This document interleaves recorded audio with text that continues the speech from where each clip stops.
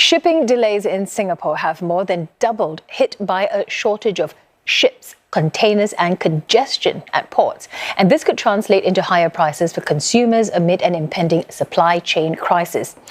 Well, it all started 2 weeks ago with US President Joe Biden slapping on tariffs on a variety of Chinese imports. Products like electric vehicle batteries and computer chips will face levies of up to 4 times the current amount. In response, Chinese exporters are now in a mad rush to beat these looming trade restrictions. Average container prices in China, which were already on an uptrend, have spiked even further by 88% in the last 2 months. Now, these ships will typically take routes like this one through the Strait of Malacca, where they will dock in Singapore.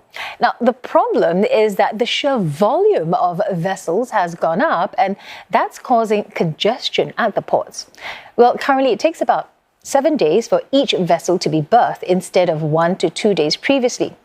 So far this month, Singapore's port has already received around 1,000 ships compared to just over 600 in April. One analyst says port congestion is at an all-time high.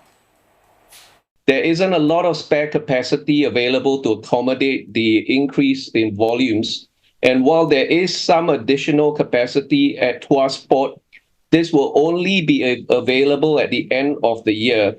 And port users will therefore need to build in delays to their cargo movements and forecasts in the next few months. And that is just the tip of the iceberg. As vessels remain at sea for longer periods of time, exporting countries are facing a shortage of ships and container equipment. For freight forwarders of big products like cars, the price to ship their goods has jumped threefold.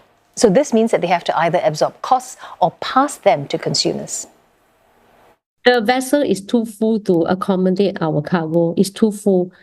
They are over tonnage because China, their cargo loading is so much that they already took up, I think, most of the space in the vessel. So we are left with very little. So those little space left.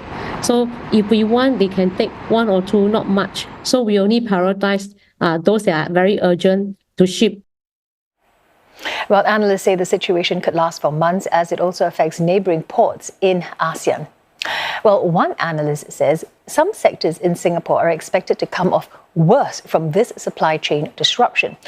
For instance, firms in the manufacturing industry, especially those involved in producing heavy goods like consumer electronics or electric vehicles. And that's because these manufacturers typically rely on sea freight to send and receive the raw materials needed to produce their products. E-commerce firms could also take a hit. Those selling larger household items like furniture are expected to face delays, while those selling smaller items may have to turn to costlier ways to make sure their products reach customers. One alternative is for vendors or consumers to switch from sea freight to air freight, but that will actually increase the cost. Air freight normally costs about 5 to 20 times more than sea freight, depending on the weight as well as the size configurations. I think air freight cannot be a substitute for, or maybe for smaller parcels, it's still possible, but as a general substitute, I think sea freight is here to stay. We still need the maritime transportation. An economist also says the ongoing ship and container crunch, coupled with higher growth momentum, are likely to put upward pressure on inflation in Singapore.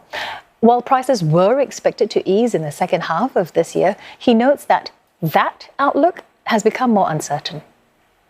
We will also likely see higher food prices and higher transport prices, led by higher energy prices in the foreseeable future. And more importantly as well, commodity prices will start to rise, especially when Chinese trade starts to accelerate in these activities into the rest of this year.